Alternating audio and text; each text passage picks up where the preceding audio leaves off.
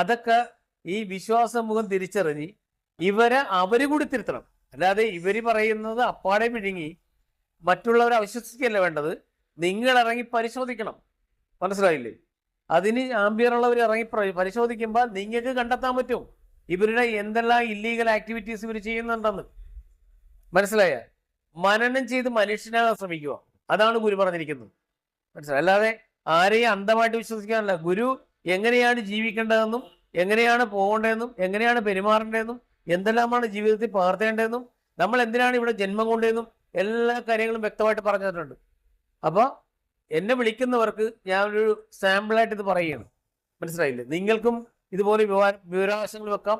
നിങ്ങൾക്കും എങ്ങനെയാണ് വിവരാവകാശം വെക്കേണ്ടതെന്ന് അറിയേണ്ടവർ എന്നോട് ചോദിച്ചാൽ ഞാൻ പറഞ്ഞു തരാം. മനസ്സിലായി? നമ്മളിപ്പോൾ ഒരു വിവരാവകാശം വെച്ച് കഴിഞ്ഞാൽ അവിടെ തന്നെ എല്ലാം കിട്ടണമെന്നില്ല. അവിടെ തന്നെ ശരിയായ വിവരങ്ങൾ കിട്ടത്തില്ല, ശരിയായ രേഖകൾ കിട്ടത്തില്ല. പക്ഷേ നമ്മുടെ അടുത്ത ഒന്നാം അപ്പീൽ അധികാരിയുടെ അടുത്ത് പോകുമ്പോൾ അതാത് സ്ഥാപനത്തിന് അതാത് ഒന്നാം അപ്പീൽ അധികാരികൾ ഉണ്ടാവും. അവരുടെ പേരുകൾ എല്ലാം കണ്ടില്ലേ? ഇത് വിവരാവകാശം അസിസ്റ്റന്റ് ലേബർ ഓഫീസറിന്റെ ആറ്റിങ്ങിലുള്ള ഇതാണ്. അപ്പോൾ അപ്പീൽ അധികാരിയുടെ ഏറ്റവും ലാസ്റ്റ് ഉണ്ടാവും. അപ്പീൽ അധികാരി എന്ന് മെൻഷൻ ചെയ്തിട്ടുണ്ട്. ജില്ലാ ലേബർ ഓഫീസറാണ് ഇതിന്റെ അപ്പീൽ അധികാരി. മനസ്സിലായോ? കൃത്യമായിട്ടും നമുക്ക് വിശ്വസ്തമല്ലാത്ത രീതിയിലുള്ള റിപ്പോർട്ടുകളും രേഖകളോട് തന്നെയെങ്കിൽ നമുക്ക് ഒന്നാം അപ്പീൽ പോകാം. ഈ ഒന്നാം അപ്പീൽ പോയിട്ട് നമുക്ക് അവിടെ നിന്ന് കിട്ടിയില്ലെങ്കിൽ, നീതി കിട്ടിയില്ലെങ്കിൽ നമ്മൾ രണ്ടാം അപ്പീൽ അധികാരി എന്ന് പറഞ്ഞാൽ എല്ലാ ഡിപ്പാർട്ട്മെന്റിലും എല്ലാ സർക്കാർ സംവിധാനങ്ങളുടെയും രണ്ടാം അപ്പീൽ അധികാരി എന്ന് പറഞ്ഞാൽ കേരള സംസ്ഥാന വിവരാവകാശ കമ്മീഷണറാണ്. അവിടെ അപ്പീൽ കൊടുക്കണം. മനസ്സിലായോ?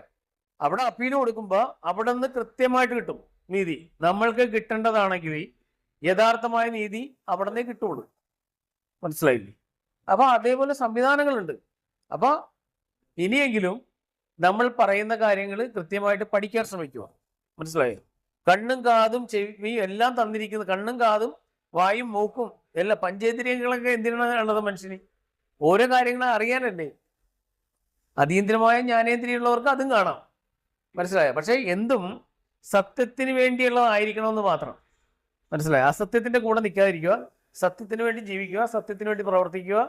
ഗുരു പറഞ്ഞ് പഠിപ്പിച്ചിരിക്കുന്ന അതെല്ലാമാണ്. അല്ലാതെ കള്ളവും അസത്യവും അനീതിയും ഒക്കെ കാണിക്കുന്നിടത്ത് കൂടെ നിന്നാൽ അതിൻ്റെ ഒരു പാപം കൂടി നമ്മളും നമ്മുടെ സന്തതി പരമ്പരകളും. മനസ്സിലായോ?